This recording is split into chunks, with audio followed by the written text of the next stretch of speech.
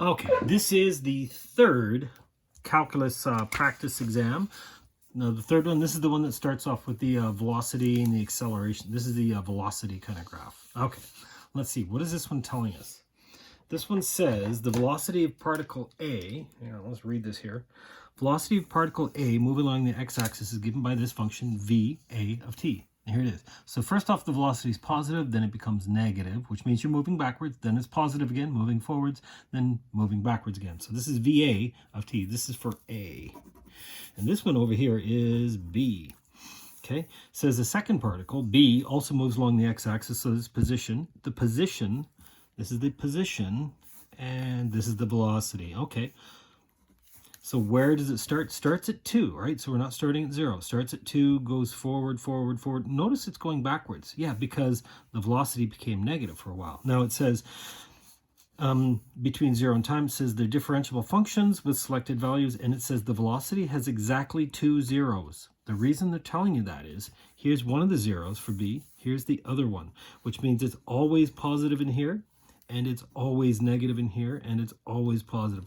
So by telling you it's exactly 2 zeros, otherwise it could be, I don't know, zeros more inside here. No, but if there's exactly 2 zeros, all of this must be negative. So here I'm moving forward, backwards, forward, in the same way, forward, backwards, forward, and then backwards. Okay, so there's a whole bunch of stuff going on here. Where are we starting off with? Okay, so A. The first one, it says, is the speed, not the velocity, but the speed of particle A increasing or decreasing at time 6? Now, your velocity is your directional, right? Speed is the scalar. It's the absolute value. So your speed is always going to be positive. Even if you're moving backwards, you have a speed. So is it increasing or decreasing? Well, think of it this way. Velocity and acceleration, if they're in the same direction, that means your velocity is increasing, right? Actually, no, hang on. If they're in the same direction, velocity and acceleration, you could be increasing forward or you could be decreasing even faster backwards. But for speed, remember, speed is the absolute value of velocity. Velocity. So if your velocity and acceleration are opposites, so like one's positive, one's negative, that means that your speed is decreasing. If they're in the same direction, positive, positive, your speed's increasing. If they're both negative, your speed would also be increasing. So I need to know for the speed, what is V of t? Sorry, what's V of 6? Well, V of 6 is at 6 seconds, it's definitely negative. What's V prime of 6? So in other words, what's the slope? Okay, hang on. At 6, I know it's definitely below, but the slope is positive. V prime of 6 is greater than 0, so they're in opposite directions. Right? One's positive, one's negative, which means therefore my speed is decreasing.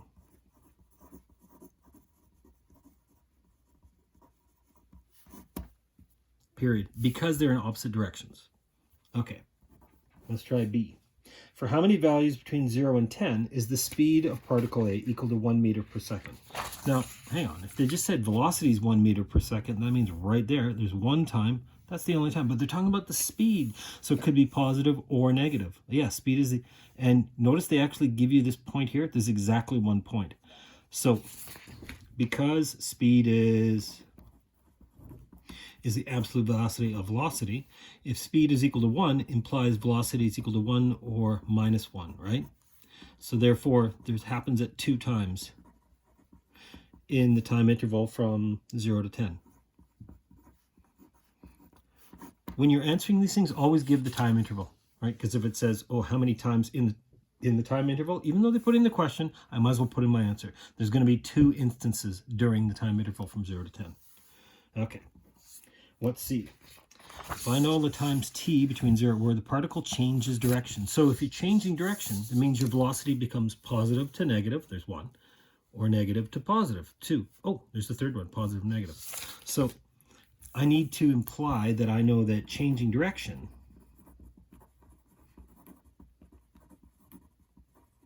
that implies that velocity changes positive to negative or negative to positive, right? Either one. Positive to positive means you stop and then you continue in the same direction. And that happens 1, 2, 3 times. At 4, 7, and 9, find all the times. Okay, so in other words, time is equal to 4, 7, or 9. There's my 3 solutions.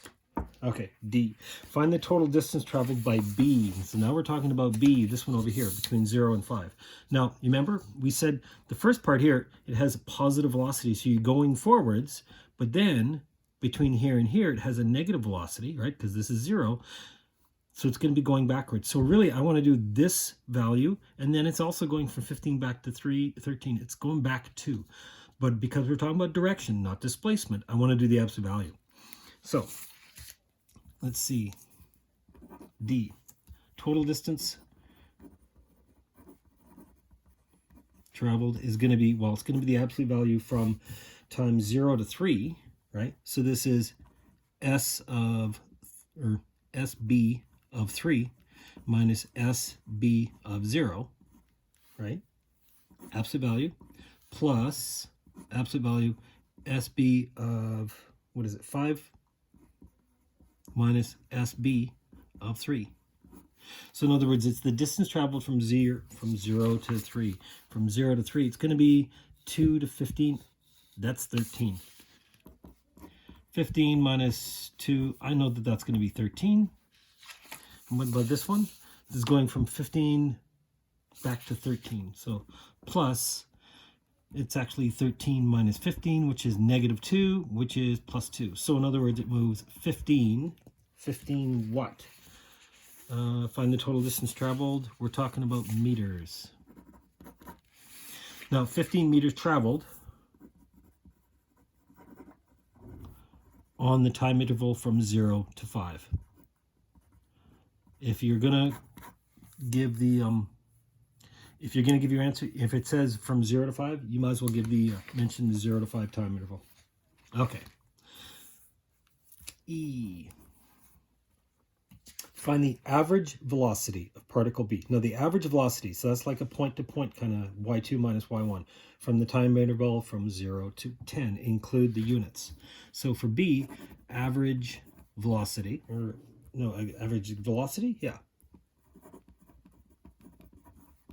So from 0 to 10, so that's going to be SB of 10 minus SB of 0 from 10 to 0. Right? y2 minus y1, x2 minus x1. Okay, so what's S of 10? 18 minus 2. 18 minus 2 all over 10, so 16 divided by 10, 1.6. What is this? This is in meters. Meters per second? Hang on, is it meters per second? It's a velocity, meters per second, not meters per second squared. So average velocity on the time interval from 0 to 10. You might as well put it down. They like it when you give the time interval. Okay, now what? Who's next? F. It says on the time interval from 0 to 10, find all the times t where the two particles travel in the same direction. Okay, this is going to be a little bit different. So both positive. Where are they both positive? Because same direction means they're either both positive or both negative. Well, let's see. A is positive, let's see, from 0 to 4 and from 7 to 9. 0 to 4 and 7 to 9. Now, should I include the endpoints? Definitely here, right? Because it's definitely above. But here it's actually on. So 0 is not really positive. And 7 to 9. So this one I would include. But so you know what? I think I'm just going to chicken out and not include them. Because the it's definitely positive here, but not at 4. Okay, so what about B? Where is B positive? Well, from 0 up to 3, not including, and also from 8 to 10. 0 to 3, not including, and 8 to 10. Okay, so what is the overlap? Well, for 0 to 4, 0 to 3, it's going to be from 0 to 3. Okay, that's the first one. What's the overlap here? 7 to 9, 7 to 9, and 8 to 10. The overlap is this, 8 to 9, 8 to 9. So that's one, and that's the other. That's where they're both positive. Now hang on, what if they're both negative?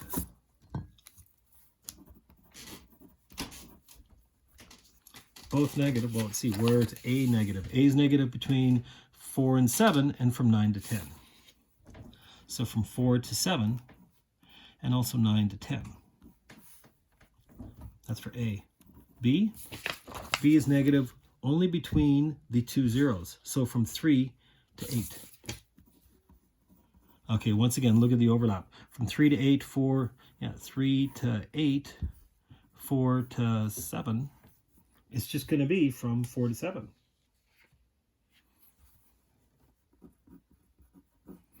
That's where both of them at the same time, right? Because not here. This is where this one's positive. Now it's negative. 4 to 7, 3 to 8. Okay.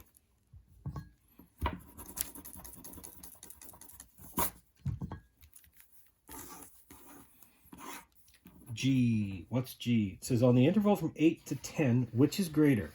The average acceleration of A or the average acceleration of B? So for A, the average acceleration. Average acceleration. Hang on, that means I'm going to do velocity minus velocity. Yeah, I'm going to do change in velocity between 8 and 10. So it's going to be VA of 10 minus VA of 8 all over 10 minus 8. Right? It's your difference in your velocities. Okay, so what's VA of 10? VA, this is velocity, at 10, it's negative 0.5, is it? It looks like it's 0.4. Here, it's definitely 0.5. But you know what? I'm talking about the average. So I know the average, it's a negative secant line from here to here. So even if I estimated that, I don't know, negative 0.5 or negative 0.4, let's estimate it. It's around negative 0.4 minus 0.5 all over 2. I know it's going to be a negative. So it's negative something, whatever this is. Negative 0.9 at negative, yeah, so it's negative 0.45 approximately. The other one's going to be positive. Here's why. B, let's do B. It says the average acceleration of B. Average acceleration is approximately, so this is from 8 to 10? Yeah. 8 to 10, it goes from 0 to 5. It's going forward. It's positive, right? So it's going to be 5 minus 0 and 10 minus 8. 5 minus 0, 10 minus 8. It's around 2.5. Well, this one's 2.5, which is positive. So therefore, B has, which one has a greater? B has a greater average acceleration. This one's negative, this one's positive. Okay. And the last part, it says, is there a guaranteed time between 7 and 10 such that the acceleration of B is equal to a guaranteed time? That means there must exist something. Okay, sounds like a mean value theorem. So with the mean value theorem, mean, remember, means the average, right? Is it with the acceleration? So I'm looking for the mean acceleration on 7 to 10. Now notice they didn't include the endpoints, okay? Cool. So here's what we're going to do. We're going to do, this is for B, yes. So VB of 10 minus VB of 7, all over 10 minus 7. There we go. VB, which is 5 minus minus 1. 5 minus minus 1 all over 3, which is 6 minus, which is 2. Hey, there it is. That's a coincidence? No, no, no, no. Is there such a value? So it is equal to 2. 2 is the average mean, or the mean average acceleration. Now, does the mean value theorem hold? Let's go back into the top of this question. It says, a second particle B, for B, the S and the V are both differentiable functions. If it's differentiable, that means it always has a derivative, which means it's always continuous and it's got no kinks. So it's smooth and continuous. So because V of B, whatever this is, VB of T, right, is differentiable, it is smooth and continuous. And if it is smooth and continuous, if it's differentiable, therefore the mean value theorem applies. And okay, let's use the weird, ugly, weird stuff. Therefore, there exists a C value somewhere between 7 and 10, such that the derivative, right? V prime of VB prime of C is equal to 2, because this is the average. So the mean value theorem says if it's smooth and continuous, if it's differentiable, and this is the average slope, right, from point to point, right? If I figured out the average slope, that means that there's got to be some place in between right there that actually has that exact same average slope. Because 2 is the average slope, mean value theorem must apply. So therefore, there must exist a value. So in other words, your word is yes. The answer is yes. Okay, that was question number 1.